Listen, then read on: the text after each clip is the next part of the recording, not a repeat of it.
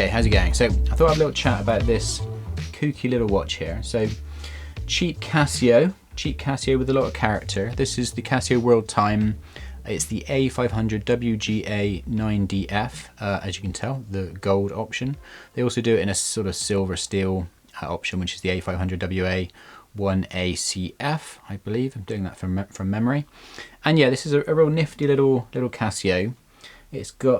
It's just got something about it. It definitely has that retro kind of slightly, dare I say, hipsterish kind of cool kitsch kind of feel type watch.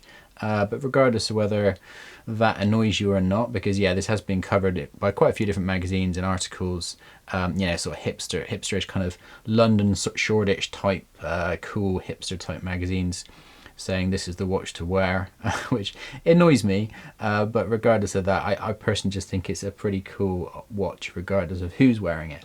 If I saw this on the wrist of a little, 8-year-old scampering around town, I'd go, hey, that's cool. If I saw it on the wrist of an 80-year-old walking around, I'd go, cool watch, dude. It's got something about it. It certainly has a lot of character, and it does get noticed. Certainly in the gold option. Oh, by the way, yeah, this is the A168. In case you're wondering, they think they do sit alongside each other quite well in terms of both cool kind of cheap Casios. Anyway, so let's have a little chat about this. So let me cover the specs first. It's kind of obvious from the title there. It's mainly featured towards world time. So I'll go into exactly what that means in a minute, but let's go through the rest of it. So the battery should last you around about 3 years, depending on how much you use the backlight. 30 meters water resist, so not crazy sort of durable. It's auto calendar, 5 alarms. One of them is a signal, so your hourly chime. You've got a timer. You've got a stopwatch. I believe it's 48 cities with the world time zones. I'll put something on the screen if that's incorrect. Backlight, obviously. So the usual kind of Casio stuff, but with a little bit of an extra lean towards world time. So let's pop it on the wrist, and I'll show you the sort of the wide view, as it were. It's very, very light. It's certainly not going to be hard wearing. This thing will scratch up and mark up very quickly. So you either want to buy it with the mind of not caring about that and letting it get scratched up and beat up, or just be really careful with it, because yeah, I mean, I've even scratched it up, just literally just giving it a wipe off and a bit of a clean, it will start to show marks. This is clearly a little sort of a layer of gold on top of the plastic. We do have obviously metal here, but then it's just been treated to look gold. Obviously not a gold watch. So yeah, it will get marked, and it will look rough as a dog's ass. Is a new expression I've just coined. Very quickly indeed, just because the sort of the finishing of it will get marked, and it shows up fingerprints and yeah, scratches and all the rest of it very quickly. But outside of that, it looks really nice. It's very light and comfortable and easy to wear. I believe it's about 50 grams. In fact, let's quickly check that, because I forgot to double check it. Let's just pop it on here. Yeah, it wears very, very, very lightly. It does have one of these typical Casio bracelets where they do tend to pull hairs out. They do tend to sort of like tug on your hairs if they sort of move around in a certain way. So kind of expect that a little bit. It's actually a bit lighter than I thought. So about 42 grams. So yeah, very light watch, just to put that in some sort of context. So a G-Shock is going to be a sort of similar amount, a light G-Shock. So even though it's on a metal bracelet, it does not weigh too much at all. Anyway, let's get the camera in a little bit closer, and I'll talk about some of these features and just give you a quick demo of the of everything that it can basically do. So yeah, let's bring the camera in a bit closer. Okay, so now you can have a bit of a better look at the old display there. I'll give it a little bit of a movement just so you get an idea of the sort of the surface that's going on. As you can tell, there's probably a few sort of marks and grazes on it already, because I've been wearing it for a couple of weeks. But yeah, it will mark up very quickly, as I just said. But yeah, quite a nice sort of nifty little display. We have the our world map in the top right, which is showing you what time zone you're in. We've got a little dashboard at the top left. We have a slot for mute, a slot for signal, which is our hourly chime, and a slot for alarm. I'll show you how to turn those on and off in a minute. Time down the bottom, obviously, day and date, all the usual kind of stuff, and our 4-button operation. Let's have a quick look at the sizing, just so you know. So I'd probably say that's around about a 35, 34, depending on if you want to count the buttons or not. By I believe it's about 39-ish, yeah, about 39, 38, sort of lug to lug. And I believe it's about 8 or 9 mil thick, so not very thick at all. There we go. You can see my thumbprint starting to show up on it. It does show fingerprints quite badly, I'm afraid. That's just the nature of the beast with these kind of things.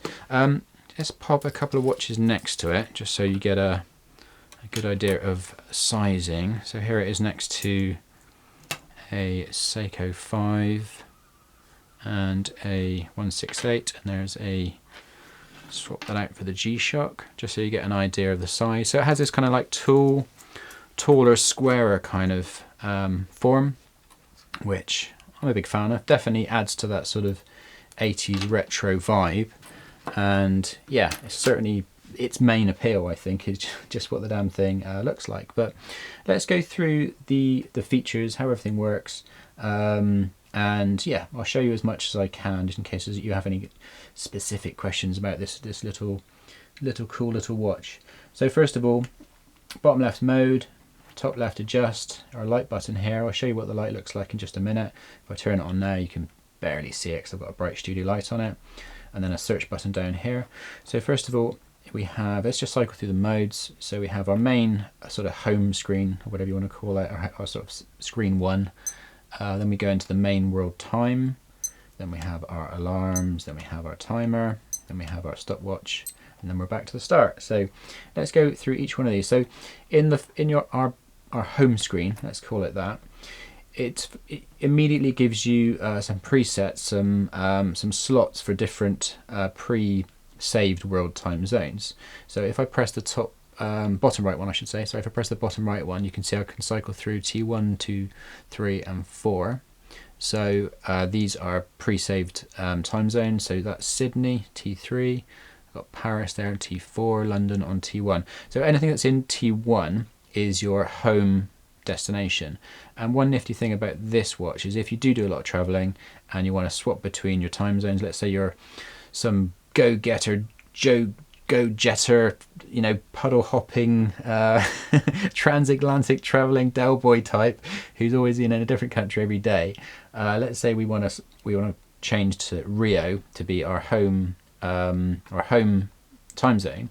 We press these top 2 buttons at the same time, and then that immediately flips Rio to our T1 slot. So then we get our day and date coming back up rather than the time zone preset number. So now you'll see that London, which is my hometown, has now moved to T2. And if I want to swap back again, I'll just press those top 2 buttons, and that swaps it back to London being my home time zone, my main time zone. So yeah, so that's quite nifty. So even in the your main home screen, you immediately have access to the world time features, because that is what this watch is geared up for. So yeah, that's kind of nifty. And then when we actually go into the world time page, then you can quickly cycle through. So I hold this bottom right button, you'll see it will cycle through all 48 cities, I believe. And yeah, obviously, as you can see in the top right there, we also get the little map showing you what part of the world that time zone is covering. So yeah, that's kind of nifty, because yeah, some of these 3-letter descriptions are going to be quite, that's Mexico. A lot of them you will know, New York, London, Paris. A lot of them are going to be quite obvious, but then some of them you're going to be going, I don't know what those 3 letters mean. You'd have to refer to the manual. Whereas with this one, you've got the world map actually displayed at the top right, so it's quite easy to see where you are in the world. So yeah, I think that's pretty nifty, So let's carry on. So that's your world time. And then if we move to our alarms, so yeah, we have like I said, we have a signal and a standard alarm, and it has slightly different to some Casios. It allows you to play an alarm once or an alarm every day basically. So let's just quickly cycle through. So first of all, if we cycle through the alarms, bottom right there tells you what alarm we're on at the moment.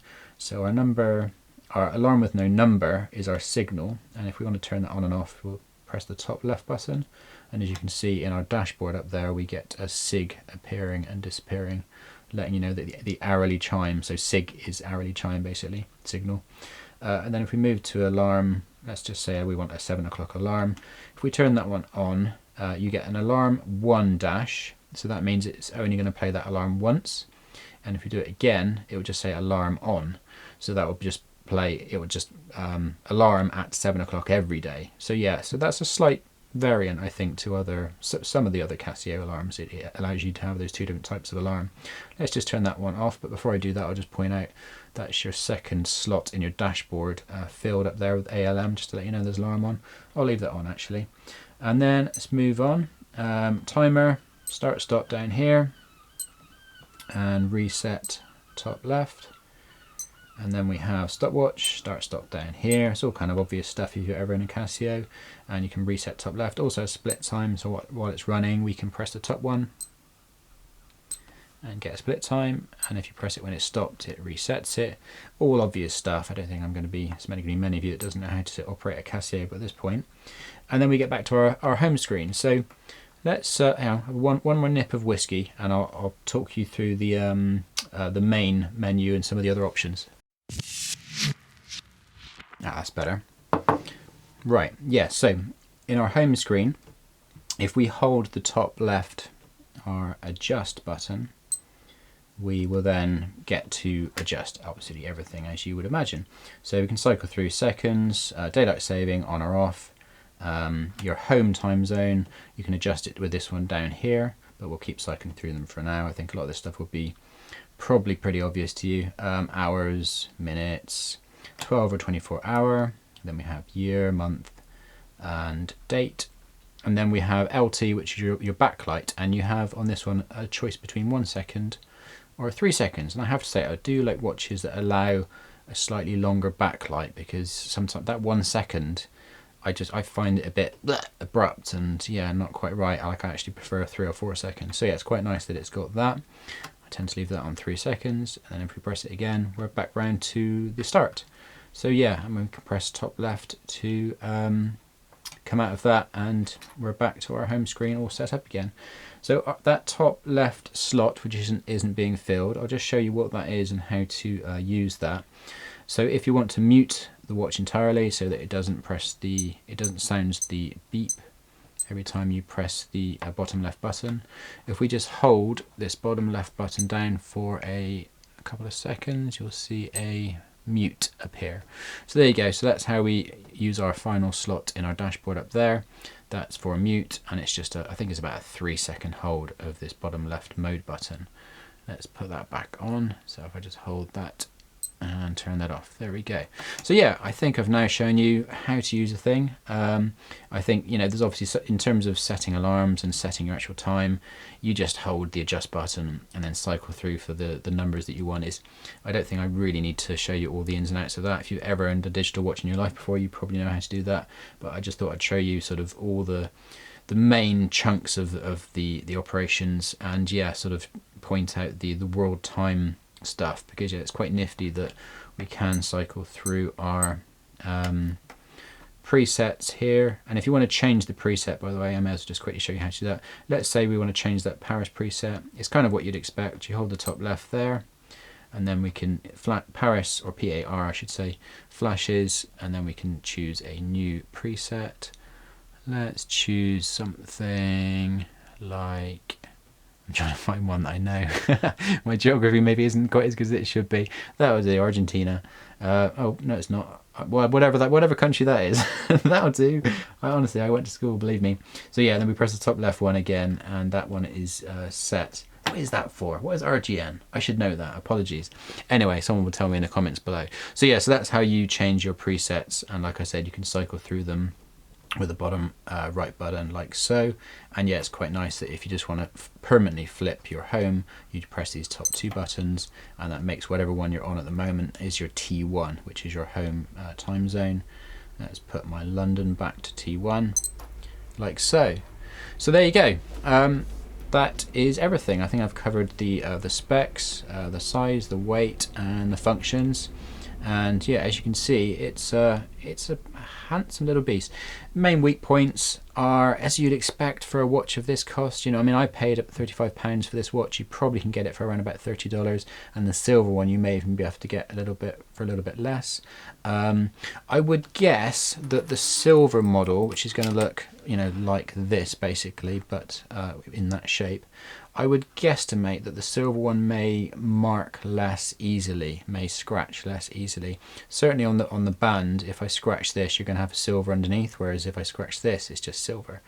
They both just have plastic, you know, bezels essentially, and they're both just coated, so they will both scratch quite easily, and the actual screen itself will scratch quite easily on all of these cheap Casios. You can buy a tube of something called Polywatch, which does polish out scratches. But yeah, that is my main criticism. It is very easy to mark it. You know, you don't even need to have a particularly rough surface to go against it, and it will start to mark. But you know, it's a cheap watch. I think you either embrace that cheapness and let it get scuffed up and look rough and ready, or you just treat it very, very carefully. That one is entirely up to you. But it's almost like disposable watch prices, so you really can't complain, can you, at the end of the day? But yeah, I really like this little thing. I think it's just got so much character and so much kind of, you know, I hate to say the word, but it's got that kind of cool factor. Just give it a little bit of polish for you, because yeah, fingerprints covering the damn thing. It's just got that kind of cool factor, isn't it? You know, I mean, correct me if I'm wrong, but I think you'd have to be pretty stony hearted not to think that this is a very cool, cheap Casio watch.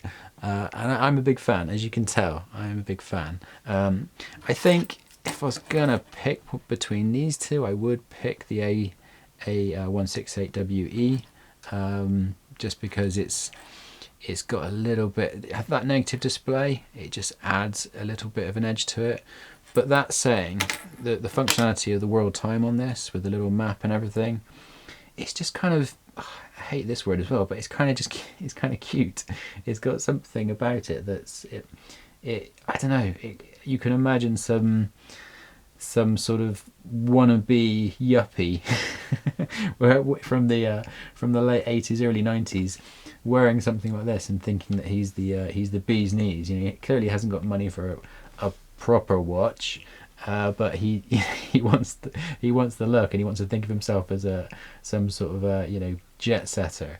Anyway, I'm making up nonsense now, but my point is, I just think this is a cool watch in its own right, regardless of what you think of its image, just because it's just very, very appealing. Anyway, I think I'll leave that there, because I'm just talking nonsense now after my several whiskies. Anyway guys, I hope that was vaguely useful. I think I've shown you everything this little thing can do.